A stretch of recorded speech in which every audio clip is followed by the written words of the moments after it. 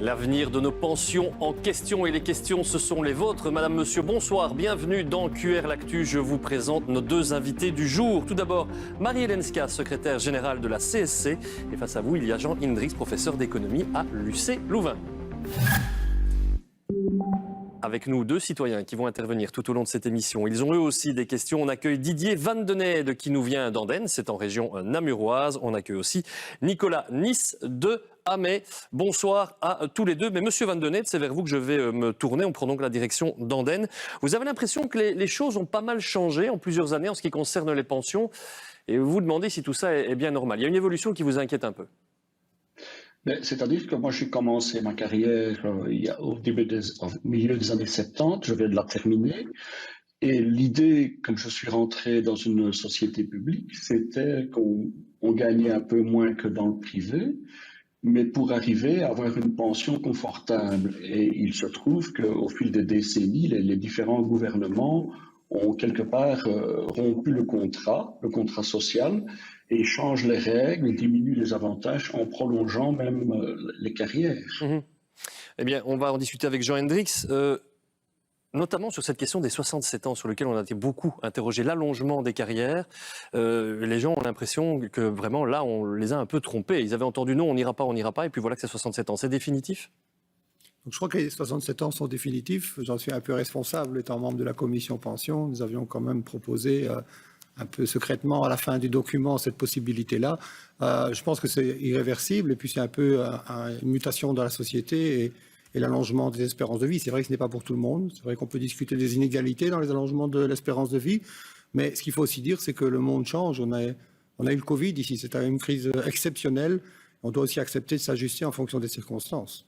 Vous parleriez, comme notre interlocuteur, Madame Ska, de rupture du contrat social ? En un certain sens, oui.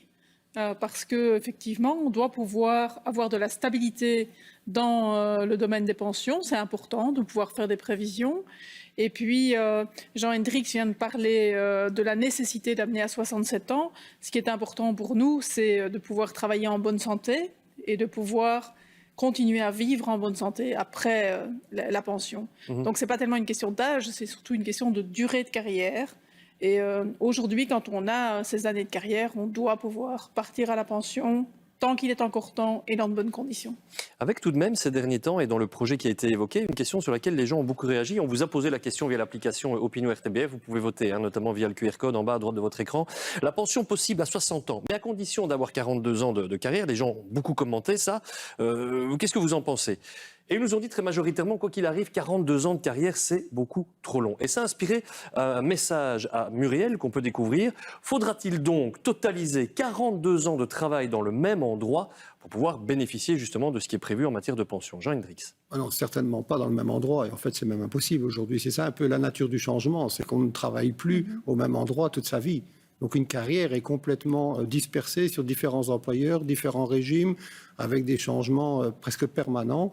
Et donc le système de pension doit s'adapter aussi à ces changements-là. Et donc, comme Mme Ska le dit, c'est effectivement la carrière qui devient un peu le centre de gravité du système de pension et qui détermine l'accès et les montants de pension. 42 ans de carrière, c'est encore crédible, ça. Il y a une majorité de carrières aujourd'hui en Belgique qui sont bien plus courtes que ça. Bien sûr, mais dans les 42 ans, on peut mettre des périodes assimilées, des périodes d'interruption de carrière, des pauses pour des raisons de santé, pour s'occuper des dents proches, enfin, qu'importe. Ça, c'est une question de solidarité dans le système. Mais c'était important de faire cette précision-là. On prend maintenant la direction d'Amay pour vous écouter, monsieur Nice, Nicolas Nice. Justement, sur cette question des longues carrières, vous avez une question, vous, très très concrète, avec une conséquence possible. Oui, tout à fait. Je voulais savoir ce qui se passerait si on n'arrive pas à accumuler ces 42 ans de carrière. Parce que la situation que je vis personnellement, c'est que, ayant commencé à l'âge de 26 ans de travailler, je n'arriverai pas aux 42 ans de carrière lors de ma pension, même à 67 ans. Il faudra que j'aille au-delà, même jusqu'à 70 ans passés.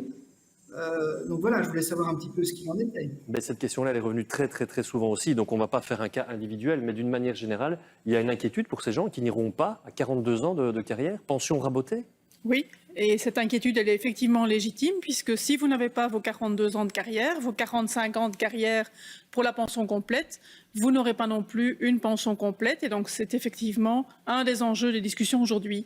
C'est de prendre en compte la réalité des carrières, la réalité des parcours, de manière à faire jouer, comme Jean-Hendrix l'a dit, des éléments de solidarité dans le système. Tout le monde n'a pas la chance de démarrer tout de suite après ses études dans des carrières ininterrompues et de ne pas avoir d'ennuis de santé ou de choix difficiles à faire dans sa vie. Il y a un terme qu'on a un petit peu oublié dans tout ce débat, et pourtant il était très présent sous la législature précédente, et ça a inspiré une question à Myriam. Là aussi, c'est revenu très régulièrement en préparant cette émission. Et la prise en compte de la pénibilité du travail, qui semblait être un des facteurs déterminants dans les dernières discussions. C'est fini, on n'en parle plus. Jean-Hendrix, fini cette question de la pénibilité ?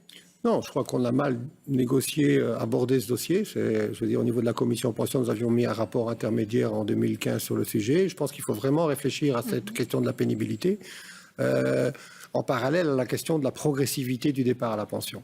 Et donc les deux sont un peu liés, et c'est lié à l'état de santé qui est très variable. À partir de 60 ans, il y a des gens qui sont vraiment détruits, cassés, qui sont plus capables, en fait, en tout cas, de poursuivre le même métier, même à mi-temps, et d'autres sont capables de le faire. Donc là, il y a peut-être une solidarité entre les gens qui sont en bonne santé, ceux qui sont en moins bonne santé, mais c'est ça un système de sécurité sociale.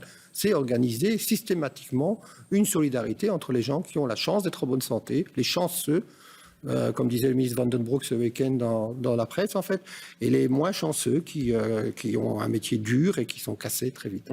On a beaucoup lu, Marie-Hélène Scia, que les gens répondaient « oui, mais enfin, à ce rythme-là, tout le monde va considérer que son métier est pénible ». Et c'est ce qui rend finalement la chose si difficile. Vous êtes d'accord avec cette analyse-là ou pas ? Mais on a beaucoup oublié la pénibilité, donc je partage l'analyse de Jean-Hendrix. Il faut revenir sur ces questions de pénibilité, mais il faut pouvoir aborder la pénibilité aujourd'hui, pas seulement quand on n'a plus d'eau parce qu'il est trop tard. La pénibilité aujourd'hui, c'est beaucoup la pression au travail, c'est beaucoup les rythmes au travail, c'est beaucoup les contraintes où on vous dit faites votre travail dans n'importe quelles conditions, pour autant que le produit soit livré ou que le service soit rendu. Et donc on voit maintenant, par exemple, dans la distribution, dans la livraison de colis, cette pression continue. On ne peut pas tenir 35, 40 ou 42 ans à ce rythme-là. Donc oui, il faut revenir sur les questions de pénibilité. Et ça nous amène aussi à se dire qu'il faut considérer qu'on doit avoir un travail qui soit un travail faisable pendant toute sa carrière. Au plus on sera à l'aise dans le travail qu'on fait pendant sa carrière, au plus on restera en bonne santé et avec l'envie de pouvoir continuer à travailler. Monsieur Nice, je me retourne à nouveau vers vous avec ce projet qui a été présenté et une question qui tourne autour du taux d'emploi. Ça vous a un petit peu interpellé, voire titillé, ça on vous écoute. Mais oui, tout à fait, parce que en renseignant sur cette réforme, j'ai pu lire qu'il fallait avoir un taux d'emploi de 80% pour pouvoir permettre à cette réforme d'être structurellement viable, mais nous n'y sommes pas à ce 80%. Je voulais savoir ce qui pourrait être mis en place pour arriver à ce taux d'emploi de 80%. Eh bien, on va demander ça à notre économiste, Jean Hendrix. Ce taux d'emploi, c'est risqué ? Écoutez, le taux d'emploi, les 80%, c'est du fétichisme, littéralement. Parce qu'en fait, ça dépend comment on définit l'emploi. On définit ces taux d'emploi en ayant travaillé au moins 1 heure durant la semaine durant laquelle on a été interrogé. Donc le taux d'emploi de 80%, les Pays-Bas, juste à côté de chez nous, l'ont atteint. Ils l'ont atteint comment ? En développant le travail à temps partiel.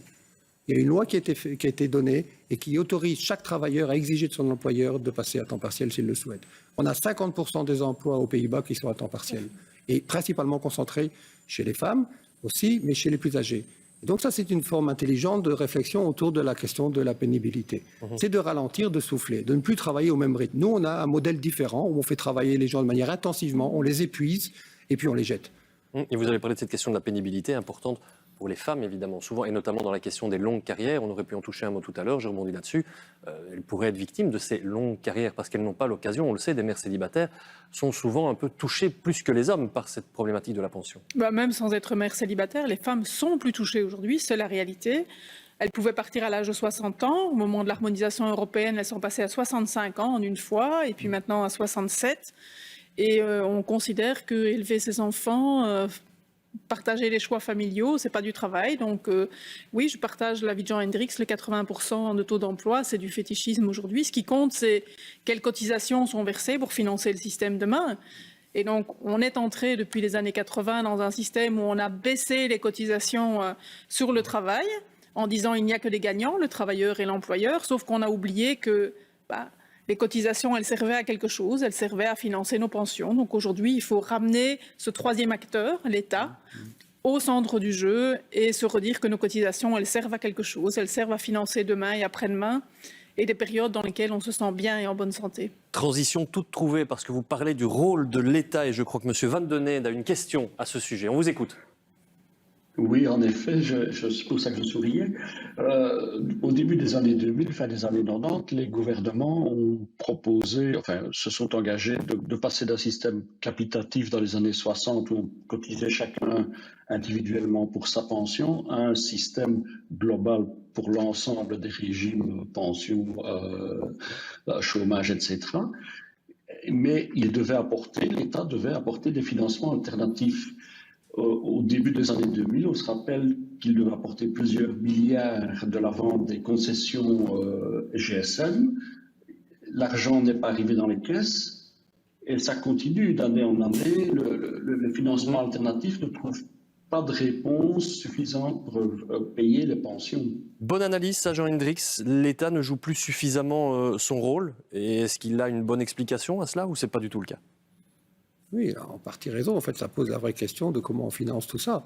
Et je pense que la totalité du financement ne doit pas reposer sur les travailleurs et sur les cotisations. Je pense qu'il y a une solidarité plus large. Et le financement alternatif sert à ça, via les recettes de TVA notamment.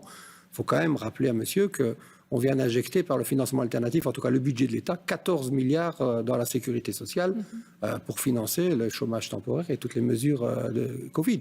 Donc il y a là quand même une intervention massive. Et là, on se rend bien tous compte que sans la sécurité sociale, on serait comme les États-Unis et les gens, ils n'auraient pas eu de compensation. Et ça aurait été une crise sociale dramatique. Votre regard justement sur ce rôle de l'État et ses financements, c'est vrai que l'argent, ce n'est pas extensible.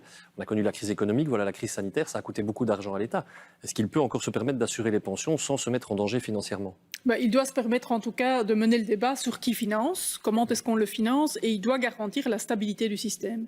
Monsieur l'a dit, c'est un contrat de confiance entre l'État et ses citoyens. Et donc, si la confiance se perd, alors ça devient du chacun pour soi. Et dans le chacun pour soi, il y a ceux qui s'en sortent et puis il y a tous les autres qui n'ont pas la possibilité d'avoir des pensions complémentaires ou d'avoir d'autres types de biens. Donc oui, la crédibilité de l'État, elle est de garantir une stabilité du système, des évolutions dans le système bien évidemment, mais de garantir aussi une juste contribution des uns et des autres. Question suivante, elle nous a été envoyée via la page Facebook de l'émission QRRTBF. Question d'Alain.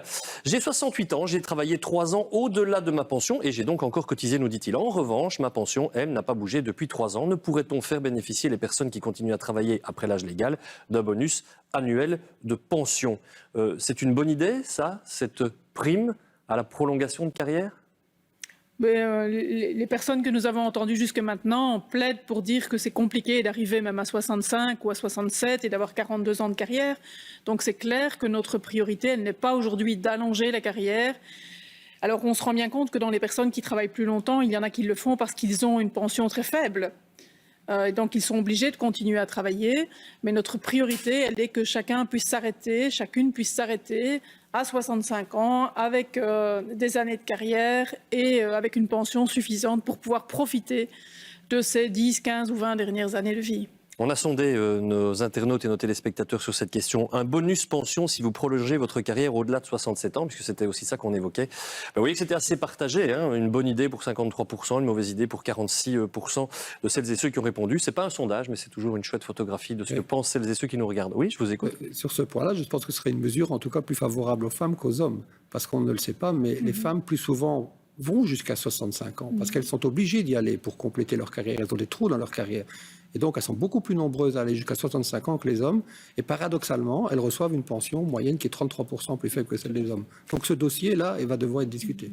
Il nous reste quelques secondes pour répondre à la dernière question. Ce sera pour vous, Jean Hendricks. Question de Flo.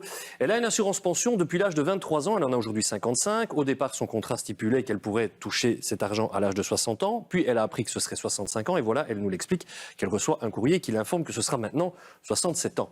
Elle voudrait qu'on lui explique pourquoi elle ne peut pas toucher son argent et que chaque fois on recule cette échéance.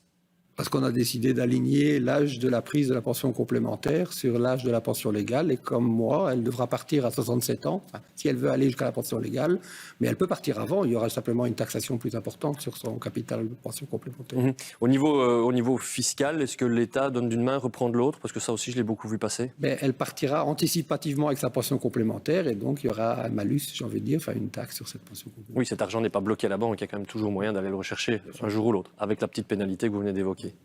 Un grand merci à tous les deux d'avoir été avec nous ce soir et d'avoir pu nous éclairer sur ce dossier qui est loin d'être terminé. Je pense qu'on aura encore pas mal de discussions, peut-être un peu plus agitées lors de débats sur cette question des pensions. Merci à vous de nous avoir suivis. Merci aux deux intervenants de ce soir pour vos questions pertinentes. Pas d'émission QR, le débat demain puisqu'il y a match des Diables Rouges. On croise les doigts pour eux. Merci donc de nous avoir suivis. On se retrouve la semaine prochaine. Tout de suite, la météo. À bientôt.